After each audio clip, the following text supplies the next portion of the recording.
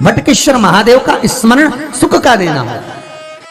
महाराज ऐसा कोई कार्य नहीं जिसमें पशुपति व्रत लाख ना करे। बस दिल से अगर आपने पशुपति व्रत करा है, बाबा विश्वनाथ के 5 पशुपति व्रत होते हैं, किसी भी सोमवार से चालू कर सकते हैं। बस करना क्या है, सुबह पूजन की थाली लगाकर लेकर जाना है, शंकर भगवान के शिवलिंग की पूजन करना है, मंदिर में अभिषेक पूजन करो, वो थाली वापिस लेकर आ जाओ, घर में रख दो। उसी थाली में शाम के समय प्रदोष काल में सूर्य डूब रहा हो, उसके कुछ ही समय के बाद आप आनंद में 6 दिए घर से लेकर जाओ, थोड़ा सा मीठा बनाकर लेकर जाओ, और 5 दिए शंकर जी के मंदिर में लगाओ। पूजन करने के बाद में मीठे के 3 हिस्से कर दो, 2 हिस्से बाबा के मंदिर में अलग अलग रखिए। एक ही प्लेट में 2 हिस्से नहीं रखना, दोनों हिस्सों को अलग अलग कटोरी में, अलग अलग दोने में, अलग अलग प्लेट में बाबा को रख दो, और एक हिस्सा, एक दिया लेकर आ जाइए। घर के दरवाजे में प्रवेश करते समय राइट भाग में एक दिया घी का लगा दीजिए, जो लेकर आए हो मंदिर से। उसको जला के नहीं लाना है, वहीं पर जलाना। दरवाजे के पास आराम से बैठो, दिया जलाओ, और प्रसाद लेकर अपनी कामना कर कर घर के अंदर सीधा पांव रखकर अंदर चले जाओ। सवेरे फरियाल करो, शाम को भोजन करो। जब भोजन करो उस समय पर जो मीठे का आपने भोग लगाया था भोलेनाथ जी को, जिसका एक हिस्सा लेकर आए हो, सबसे पहले भोजन में वो हिस्सा खा। प्रसाद का जो हिस्सा लेकर आए हो उसमें से किसी को वो हिस्से में से प्रसाद नहीं देना, चाहे घर में बच्चे हों चाहे बड़े हों। आपको ज्यादा प्रसाद ले जाना तो अलग से ले जाओ, पर उस हिस्से में से किसी को प्रसाद ना दो। और वो प्रसाद पहले पाकर फिर आप भोजन प्रसादी ग्रहण करें। पर इसका नियम यह है कि प्रसाद जब आप लेकर आते हैं, आपको पहले भी कथा में कहा कि शंकर का प्रसाद रात भर नहीं रखा था। जितनी जल्दी आप प्रसाद का हिस्सा लेकर आए हैं, आधे घंटे के अंदर, पौन घंटे के अंदर आपको वो प्रसाद पाना है और भोजन करना ही है। ये नहीं कि सब आएंगे, इंतजार कर रहे हो, 10 बज गई, 11 बज गई, प्रसाद आपका इंतजार कर रहा है। जो प्रसाद है वो आपकी प्रतीक्षा कर रहा है, आपकी बाट जो रहा, आपका इंतजार कर रहा है। ये नहीं होना चाहिए। महाराज कितना सुंदर कहा है शास्त्रों में कि केवल एक देव अधिदेव महादेव एक ऐसे होते हैं जिनका प्रसाद रात भर नहीं रखा था। कहां से लिया है? प्रसाद लाकर ताजा रहता है जब तक आप पाते हैं, फिर वो फ्रिज में रख देते हैं। फ्रिज में रखा रखा किसी ने खाया नहीं खाया, जितने समय तक फ्रिज में प्रसाद रखा रहता है वो इंतजार करता है कि कोई मुझे प्रसाद भक्षण करे। प्रसाद का मतलब होता है प्रभु का साक्षात दर्शन। प्रसाद का मतलब ही यही है, प्रसाद, प्रभु का साक्षात दर्शन। वो रखा रखा जब ज्यादा समय हो जाता है तो घर में वो कष्ट प्रदान करने लगता है। हमेशा याद रखो, प्रसाद जैसे ही आए उसका सही समय पर उसको पाओ। रखे हुए प्रसाद पड़ा हुआ है, फ्रिज में रखा हुआ है, बेटा खाएगा, बहू खाएगा, ये खाएगा, वो खाएगा, फिर धीरे धीरे वो बद्दुआ देना प्रारंभ कर देता है, जिससे घर में बड़ी बीमारी फैलने लगती है, बड़ा रोग आने लगता है। तो लोग सोचते हैं हमारे घर में ना तो हम कोई नशा करते हैं, ना हम कोई चीज खाते हैं, ना हम बाजार का खाते हैं, फिर रोग कहां से आता, फिर बीमारी कहां से आती? अर्थात वो बद्दुआ देता है। उसका प्रयोग करो, समय पर करो, समय पर पाओ। कई लोग कहते हैं महाराज जी हमारे ये बीमारी कहां से आ गई? जरा पत्रिका में तो कोई बीमारी नहीं दिख रही, हमने तो सबसे पूछा ये बीमारी का योग ही नहीं है, फिर बीमारी कहां से आई? ना तो हम कोई व्यसन करते हैं, ना कोई मद्रापान करते हैं, ना कोई मांसाहार, फिर ये बीमारी कहां? उसका कारण है कि तुम उस प्रसाद का लाकर महीनों तक पड़ा हुआ है, इंतजार कर रहे हो, खाएंगे खाएंगे, आखिरी में फिर वो काम वाली को दे दिया। काम वाली इतनी चतुर आज के जमाने की, बासी माल खाएंगे, पटक दिया। कौन खा?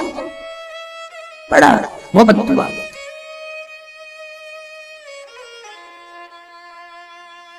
जितना आपको पाना है, जितना आपको लेना है, उतना प्रयोग करें। ज्यादा रखकर बहुत दिनों तक पड़ा है, खोर रखिए, मोहन थाल रखा है, लड्डू रखा है, पेड़ा रखा है, कुछ सामान रखा, नहीं नहीं भाई, जितना बने उतना लाओ, नहीं तो किसी को तुरंत बांट दो, समापन करो। पर अपने यहाँ पर बहुत दिन तक रखकर उसका बाबा स्वयं, मेरा श्री जी बाबा, मेरे तिरुपति बाबा, मेरा गोवर्धन नाथ, मेरा भोलेनाथ, उस प्रसाद के रूप में तुम्हारे घर में कितने दिन इंतजार करे कि मैं तेरे भीतर प्रवेश करूं, पर तू कराए नहीं, पड़ा है, रखा रहने दो, मन नहीं करता। शक्तियों जैसा कर्म मत करो जिससे हमें कष्ट की। कई लोग कहते हैं हमने पशुपति व्रत करा, हमारा बहुत काम हुआ। कई लोग कहते हैं हमने करा पर हमको अभी तक उसका कारण है कि तुम बहुत देर तक प्रसाद को इंतजार करा रहे हो, तो बाबा भी आपको इंतजार करा रहा है, मेरा विश्वनाथ भी इंतजार कर रहा है। उस समय अवधि का भान होना चाहिए। निगाह हटी, दुर्घटना घटी, बस ध्यान रखो। हम कहते हैं कि हम पूजन करते हैं, हम पाठ करते हैं, हम अर्चना करते हैं, हम अनुष्ठान करते हैं, हम भगवान की सेवा करते हैं, फिर दुख हमको ही क्यों आता है? उसका कारण केवल इतना सा कि दुख हम खुद बुलाते हैं, दूसरा नहीं, हम स्वतः। पशुपति व्रत 5 व्रत करो।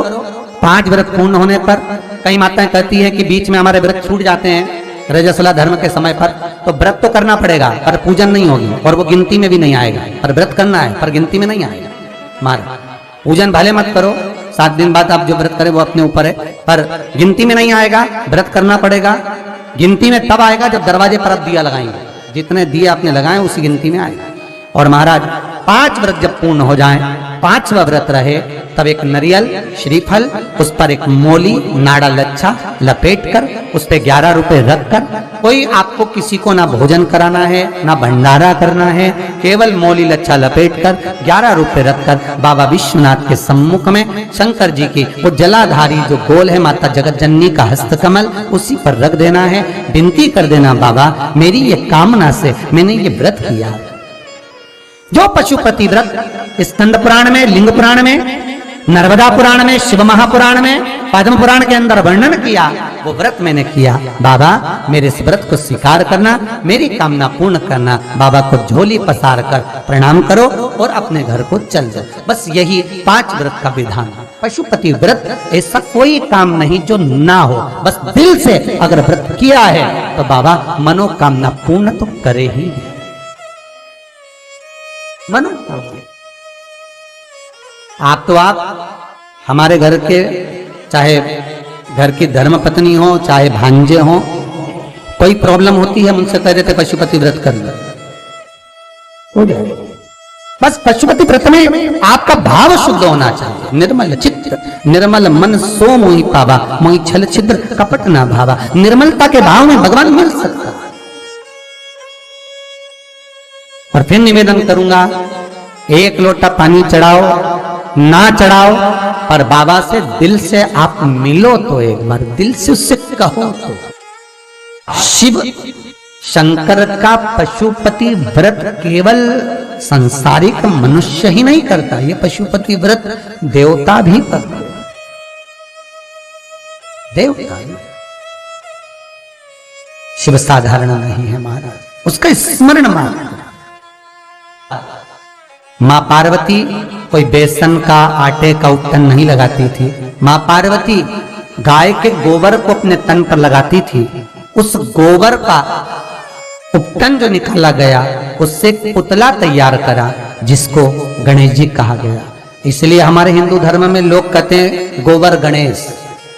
माता पार्वती ने अपने तन पर से जो उपटन निकाला था, तो गाय का जो गोबर मां पार्वती अपने तन पर लगाती थी, उस गोबर से जो उपटन बना, उस उपटन का गणेश निर्माण हुआ।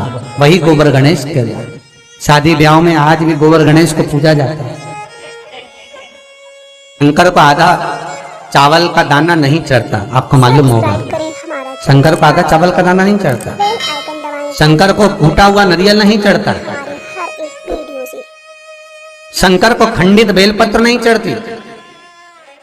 शंकर को टूटा हुआ फल नहीं चढ़ता। शंकर को अगर किसी ने एक केले के 2 टुकड़े कर कर चढ़ा दिए तो वो चढ़ेगा नहीं। शंकर को अगर एक सेब में से 2 टुकड़े कर कर चढ़ा दिए चढ़ेगा नहीं। शंकर को नारियल फोड़ कर चढ़ा दिया वो चढ़ेगा नहीं। शंकर को बेलपत्र खंडित चढ़ा दी चढ़ेगी नहीं। शंकर को टूटा हुआ चावल चढ़ाया चढ़ेगा नहीं। अर्थात शिव महापुराण की कथा कहती है कि शंकर को आधा चाहिए ही नहीं, शिव को पूर्ण समर्पण चाहिए, तब शंकर प्रसन्न होता।